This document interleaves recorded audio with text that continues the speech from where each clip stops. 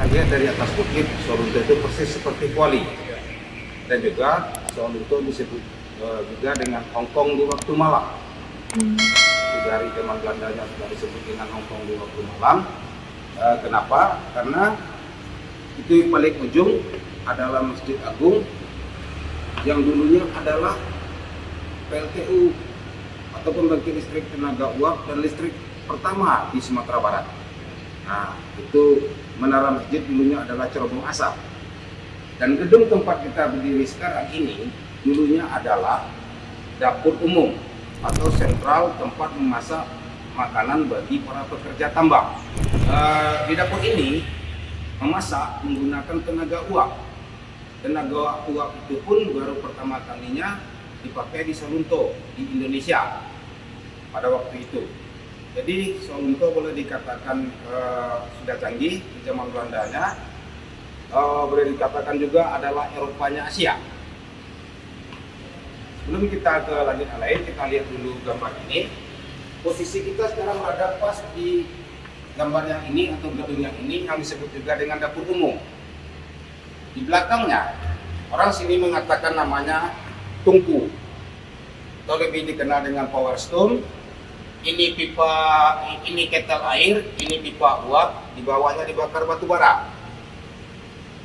Air tadi berubah menjadi uap panas, dialirkan melalui pipa-pipa uap dan diteruskan ke dalam tanah. Di bawah ini ada ruang kosong sekarang bernama basement, tempat lalu pipanya uap seperti yang kita lihat di lantai, itu masih asli, dan diteruskan ke kompresor.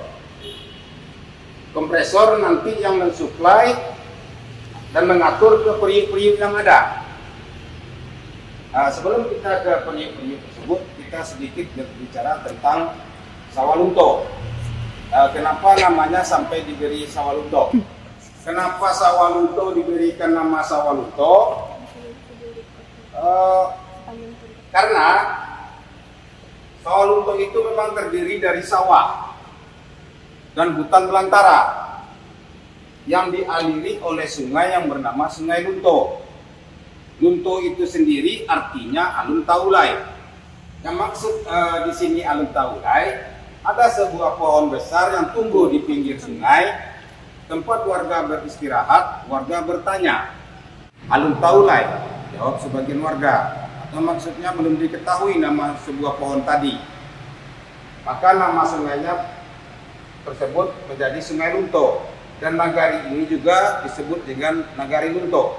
Batu bara ditemukan pada tahun 1867 dan Belanda mulai nambang pertama pada tahun 1891 yang terletak di daerah Sungai Durian yang berhadapan langsung dengan penjara orang rantai.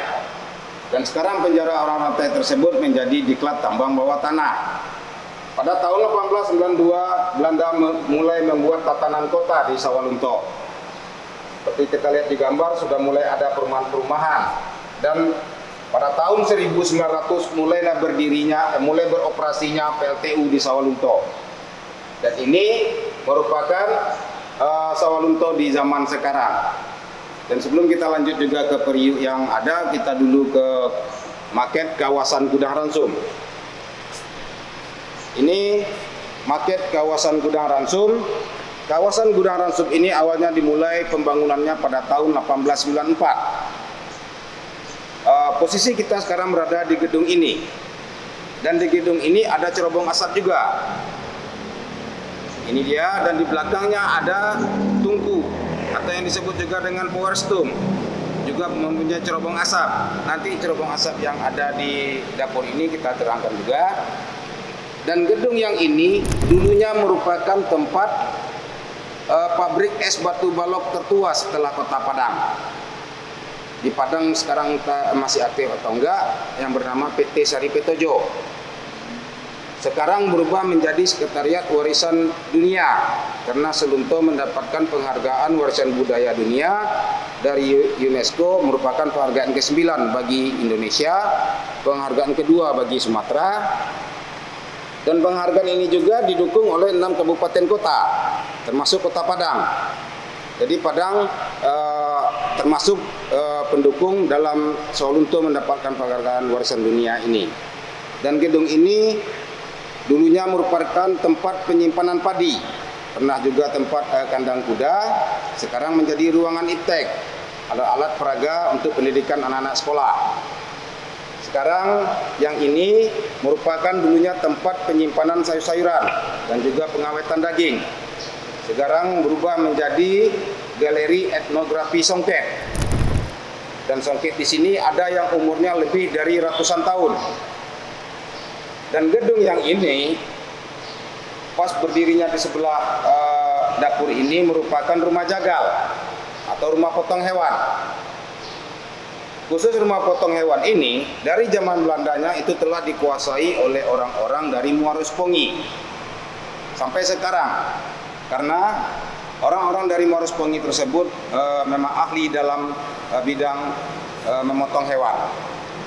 Baru sekarang kita ke periuk yang ada. Ini dari kompresor tadi disuplai dan diatur oleh kompresor dan diteruskan ke dalam pipa yang sama dengan yang di depan tadi. Ini instalasinya masuk ke dalam periuk. Periuk ini terdiri dari dua lapis, lapisan dalam dan lapisan luar. Jadi antara lapisan luar dan lapisan dalam ada rongga. Jadi uap tadi mengelilingi periuk-periuk ini, persis seperti kita memasak sekarang dengan menggunakan magicom. Magicom listrik berubah menjadi panas, tetapi dari bawah. Kalau periuk ini mengelilingi uap panas tadi. Ini periuk untuk masak air dan ini untuk masak nasi. Sebagian juga ada untuk masak sayur. Jadi kalau untuk memasak nasi, memasak air dan memasak sayuran itu menggunakan uap. Tetapi untuk memasak sambal tidak menggunakan uap, memakai batu bara langsung. Satu hari di dapur ini memasak itu 3,9 ton nasi. Kalau kilonya 3.900 kilo nasi. Kalau berasnya itu 1,4 ton. Kalau bunyinya sangat besar, 3.900 kilo.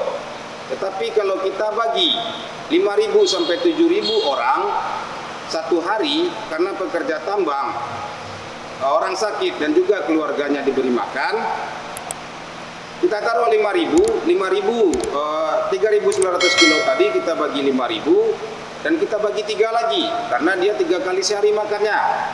Itu tidak cukup setengah kilo untuk satu orang, jadi sangat sedikit sekali makan para pekerja tadi. Ini boleh disambung juga dengan sedikit cerita tentang lubang tambang. Jadi para pekerja tambang tadi ada dibagi 3. Ada namanya pekerja paksa atau yang lebih dikenal juga dengan orang rantai. Karena memang orang rantai ini kakinya dirantai, tangannya dirantai, dan lehernya dirantai dengan teman yang lain. Dan di kaki yang dirantai tadi ada bola besi. Satu bola besi tersebut beratnya lebih kurang 5 kilogram.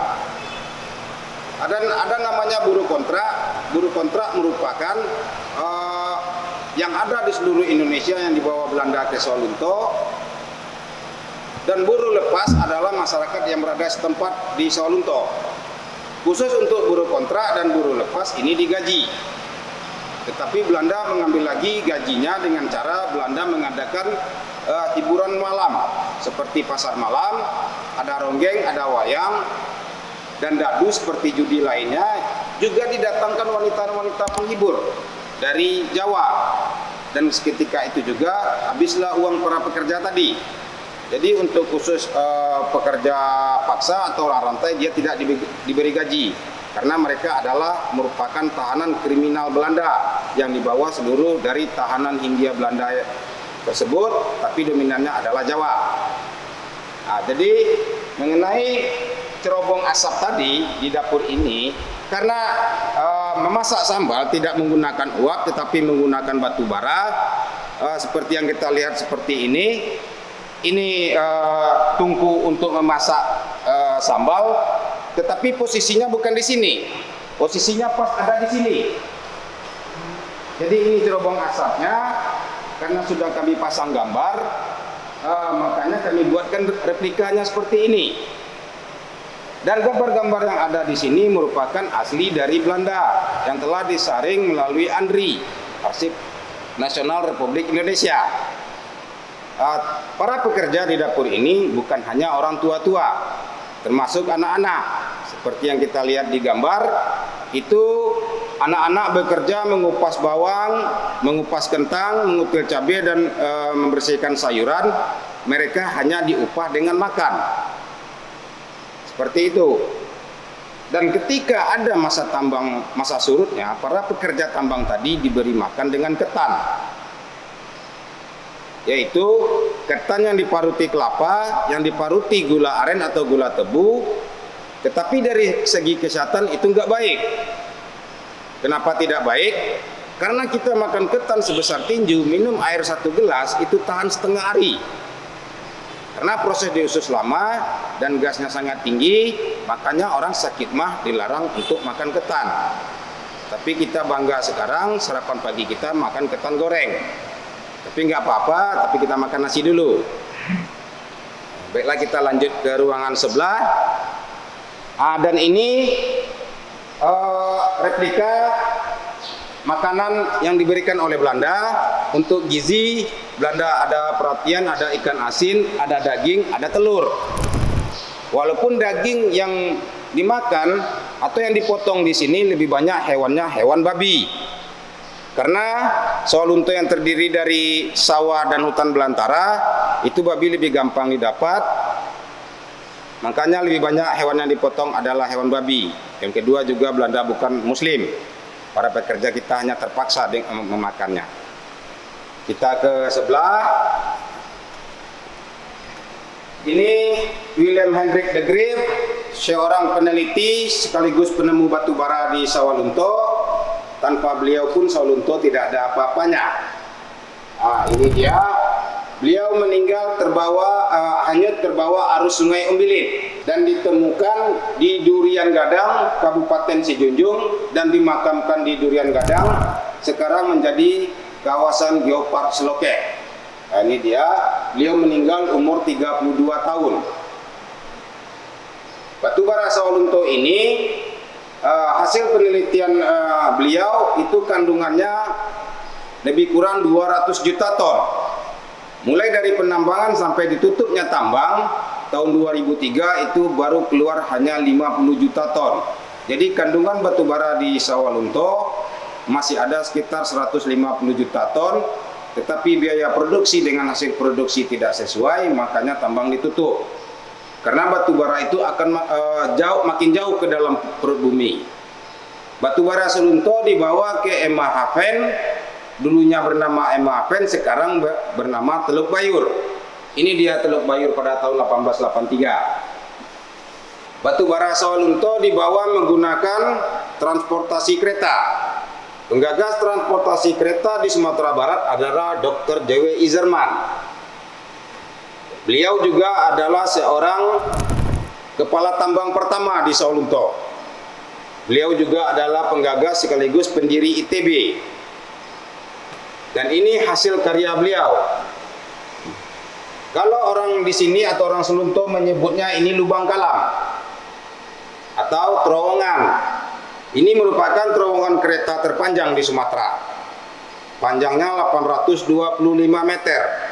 Terdiri dari 32 bilik atau kamar di dalamnya. Fungsi dari bilik atau kamar di lubang kalam tersebut, ketika masyarakat Selungkang dan Maroklaban ke Sawalunto atau kembalinya lagi, ketika itu ada kereta lewat atau kereta jalan, mereka akan menghindar ke dalam bilik atau kamar tersebut. Nah, ini dia. Dan ini kereta yang menggunakan tenaga uap. Dan ini tambang pertama yang dibuka oleh Belanda yang terletak di daerah Sungai Durian pada tahun 1891 yang berhadapan langsung dengan penjara orang rantai. Sekarang kita melihat pertumbuhan dan perkembangan awal Sawalunto. Ini dia PLTU pertama yang dibangun oleh Belanda di Sawalunto yang terletak di pinggiran Sungai Lunto. Sekarang ini cerobong asap berubah menjadi menara masjid. Sekarang menjadi Masjid Agung. Dan ketika pembersihan pada tahun 2007, di bawah Masjid Agung atau PLTU ini ada ruangan rahasia bawah tanah yang disebut juga dengan bunker. Di situ kami menemukan mortir dan peluru-peluru yang waktu itu kami temukan masih aktif. Ini hanya sebagian kecil yang kami pamerkan, sebagian lagi masih kami simpan di lemari. Ini dulunya mortir-mortir dan peluru ini digunakan untuk perang kemerdekaan. Sebelum batu bara itu dimasukkan ke dalam gerbong dan dibawa ke Padang, batu bara itu dicuci dulu. Ini tempat pencuciannya yang bernama saringan, atau batu bara itu disaring dulu, dicuci, baru dimasukkan ke dalam gerbong. Sekarang tempat pencucian batu bara ini berubah menjadi kantor Dinas Pariwisata Kota Sawalunto, dan di depan gedung ini berubah menjadi Taman Silo Sawalunto. Nah, ini dia. Dan ini awal keberangkatan kereta dari Sawalunto yang disebut juga dengan stasiun Sawalunto, yang dibangun pada tahun 1900 dan sekarang merupakan menjadi museum kereta api kedua di Indonesia, karena museum kereta api hanya ada dua, di satu di Ambarawa dan satu di Sawalunto. Terusnya kita lihat kawasan perdagangan Sawalunto. Ini merupakan pasar Sawalunto. Pasar Sawalunto ini juga pasar Sawalunto, tetapi ini khusus yang ini bernama Kampung Cina.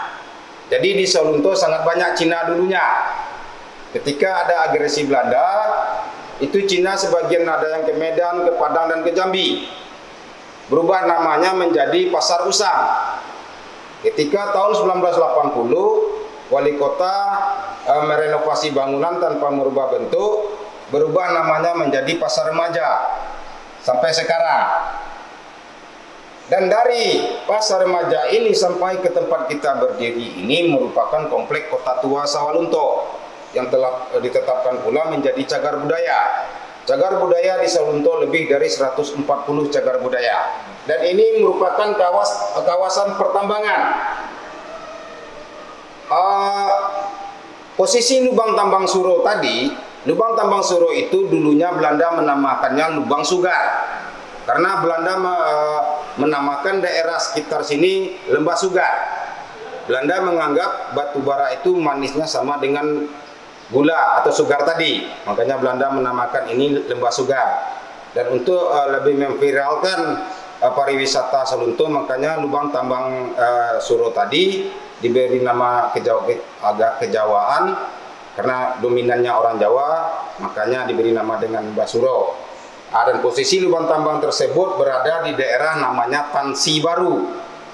Tansi itu sendiri singkatan dari tahanan besi. Di dalam barak-barak atau tansi ini multi budaya. Ada dari Jawa, Batak, Bugis, Makassar, Papua, dan pokoknya yang ada seluruh di Indonesia ada di barak-barak ini. Tentu akan sangat sulit sekali berkomunikasi. Maka keluarlah tatanan bahasa baru di Tansi ini yang disebut juga dengan bahasa Tansi. Dan setiap tahun bahasa ini kami lombakan. Lebih gampang nanti ibu-ibu dan bapak-bapak menandakan orang Sawalunto di luar Sawalunto. Apabila nantinya dia sudah berbahasa dengan memakai kata ke, berarti dia adalah orang Sawalunto. Karena bahasa Tansi itu hanya ada di Sawalunto. Contohnya seperti ini, kemana aja kendak ketok-ketok. Atau yang lainnya, udah tak kecein kemada. Seperti itu bahasa Tansi. Jadi campuran. Ada Jawanya, ada Bataknya nanti, ada pokoknya seluruh Indonesia ada. Untuk melestarikannya maka kami adakan lomba setiap tahun. Dan ini merupakan kantor tambang, dan ini kantor tambang pada tahun 1916. Dan selanjutnya kita ini dulu bernama GPM, sekarang GPK, dan sekarang juga dipakai oleh Hotel Khas Embilin sebagai aulanya. Ini dia. Dan dari zaman Belanda itu sudah ada koperasi. Di zaman Belanda bernama Ons Belang. Ini bangunannya yang terletak di ujung kampung Cina sekarang berubah menjadi Minangmar. Dan ini merupakan rumah sakit Sawalunto di zaman Belanda. Sekarang bangunan ini masih terawat dengan baik. Dan Sumatera itu dulunya dibagi 3. Sumatera bagian utara, Sumatera bagian tengah, dan Sumatera bagian selatan. Rumah sakit Sawalunto ini merupakan rumah sakit terbaik dan terbesar di Sumatera bagian tengah. Jadi bukan Riau, bukan Padang, bukan Jambi, dan bukan Bengkulu, tetapi Sawalunto yang rumah sakit terbaiknya. Karena dokter-dokternya didatangkan dari Batavia atau Jakarta sekarang. Dan ini dari zaman Belanda sudah ada hotel di Sawalunto yang bernama Hotel Ombilin. Dan pernah berubah menjadi klinik tambang. Setelah tambang tidak ada lagi, berubah menjadi namanya Wisma Ombilin. Dan berubah lagi menjadi Hotel Ombilin. Terus berubah manajemennya menjadi Ina Hotel, dan terakhir sekarang menjadi Hotel Khas Ombilin. Dan ini orang-orang Belanda yang ada di Sawalunto ketika memperingati ulang tahun ratunya. Ketika memperingati ulang tahun ratunya, di dapur ini termasuk hari besar seperti Idul Fitri dan Natal, di dapur ini direbuslah telur beribu-ribu, dibagikan kepada para pekerja dan orang sakit termasuk keluarga.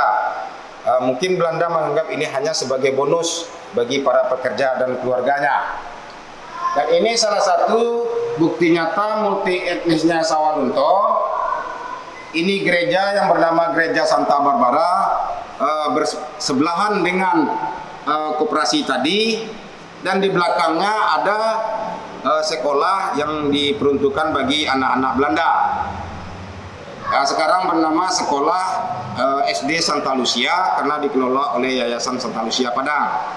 Dan ini merupakan masjid yang tertua di Sawalunto, terletak di daerah Pasar Baru Durian yang bernama sekarang Masjid Nurul Huda. Kita sekarang mengenai pekerja orang rantai tadi. Orang rantai tadi merupakan tahanan kriminal yang ada di seluruh Hindia Belanda, tapi dominannya adalah orang Jawa. Dibawa dengan kapal, sesampai di Teluk Bayur, Belanda menghilangkan nama-nama orang tersebut. Belanda meregistrasi mereka dengan nomor. Jadi nomor tadi ada ditatokan ke salah satu tubuhnya, atau ada juga dijadikan jimat bagi para pekerja yang digelangkan di tangannya. Ketika dia meninggal, di batu nisannya tidak ada nama, yang ada hanya nomor. Ini nomor terbesar yang kami temukan, dan ini nomor terkecil yang kami temukan. Ini nomor 17, ini nomor 2532. Jadi dari nomor 1 sampai nomor 16 tidak kami temukan, dan dari 17 sampai 2532 ini banyak juga tidak kami temukan. Tentu ada sebuah pertanyaan jadinya, kenapa sampai tidak ada ditemukan batu nisan orang rantai tersebut? Jawabannya ada di gambar ini. Walaupun gambar ini bukan lubang tambang Suro, ini merupakan nama lubangnya adalah lubang tambang Lunto 2. Semua tambang yang dibuat oleh Belanda waktu itu ada 10 buah atau 10 lubang. Ini masih di pintu lubang. Lubang itu sendiri tingginya hanya sebahu kita, dan lebarnya antara 180 sampai 2 meter. Jadi kenapa Belanda membuat seperti itu? Karena dengan membungkuk, tenaga kita untuk lari tidak ada. Itu yang pertama. Yang kedua, kalau kita berdiri bebas seperti ini, walaupun tidak makan, apalagi dengan ketakutan, kita pasti akan kuat lari. Dan di dalam lubang-lubang tambang ini sangat banyak yang meninggal. Kenapa dia meninggal? Pertama, karena kekurangan oksigen. Karena di dalam lubang itu sangat sedikit oksigen, para pekerjanya beribu, jadi saling berebutan oksigen. Itu yang pertama, karena dia meninggal. Yang kedua, kita lihat mereka bekerja tanpa alas kaki, tanpa pakai helm atau safety. Batu bara ini sangat tajam, kaki mereka akan luka-luka, dan ada namanya bakteri cacing tambang. Itu yang kedua. Yang ketiga, ini mohon maaf, ketika dia buang air besar dan buang air kecil, mereka tidak keluar lubang. Dia buang air besarnya langsung di tempat dia bekerja, buang air kecil dan begitu juga. Beribu yang bekerja setiap hari, tentu bakterinya akan makin banyak. Itu yang ketiga menyebabkan dia meninggal. Terusnya, ketika dia meninggal, dia dibiarkan saja di dalam lubang, tidak dikubur. Belanda menganggap itu sebagai tumbal lubang. Berapa lagi bakterinya? Jadi itulah jawabannya kenapa di nomor-nomor orang rantai tersebut banyak yang hilang. Karena apabila mereka yang meninggal di dalam lubang, mereka tidak dibawa keluar, dibiarkan saja di dalam lubang. Tentu batu nisannya tidak ada di luar. Jadi batu nisan yang kami temukan ini adalah batu nisan yang mereka meninggalnya di luar lubang. Terus ketika tahun 2007 pembersihan terhadap lubang Suro, itu kami juga banyak menemukan tulang-tulang dan tengkorak manusia, dan kami kuburkan di dalam lubang tersebut. Sekarang sudah kami tutup atau kami dinding, kami menguburnya layaknya seperti jenazah sekarang. Mungkin tentang pekerja lubang sampai di sini dulu. Kita ke ruangan yang lain boleh juga.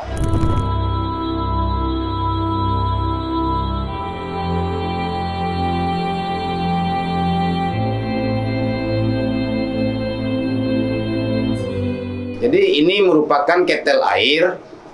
Dan yang ini merupakan pipa-pipa uap. Tetapi pipa-pipa uapnya sekarang tidak ada lagi karena telah dijarah oleh masyarakat. Makanya tinggal bekas-bekas potongan dari pipa uap tersebut. Di sini dibakar batu bara, air tadi berubah menjadi uap panas masuk ke dalam pipa uap dan diteruskan ke dapur tadi. Bangunan ini dibangun oleh Belanda pada tahun 1894. Bangunan ini masih asli, kecuali mungkin yang sedikit ini yang tidak asli. Selebihnya asli bangunannya, dan teknik serta komposisi bangunan ini itu adalah Jerman, termasuk teknologinya. Kenapa? Karena Jerman waktu itu dengan Belanda lagi bersekutu. Tetapi timbul sebuah pertanyaan di sini. Sama-sama kita ketahui semen Padang itu mulai beroperasinya pada tahun 1910. Sedangkan bangunan ini pada tahun 1894. Timbul pertanyaan, ini semen atau enggak komposisinya yang dibangun oleh Belanda pada waktu itu. Tapi kalau menurut kami ini tidak semen. Karena kami sendiri pernah konservasi 1 tahun yang lewat, dan itu bisa dibuktikan, yaitu bangunan yang di sebelah rumah potong. Itu tidak menggunakan semen sama sekali. Kami hanya menggunakan pasir yang telah diayak, tanah merah yang sudah dibakar, ataupun batu bata sekarang yang sudah dibakar, ditumbuk, terus diayak, dan juga batu kapur ditumbuk dan diayak. Perbandingannya 1:1, dan itu bisa dibuktikan di rumah potong, sangat keras sekali. Dan di tungku ini, 1 hari pembakaran itu 58 ton. Jadi sangat banyak pembakaran batu bara di tungku ini.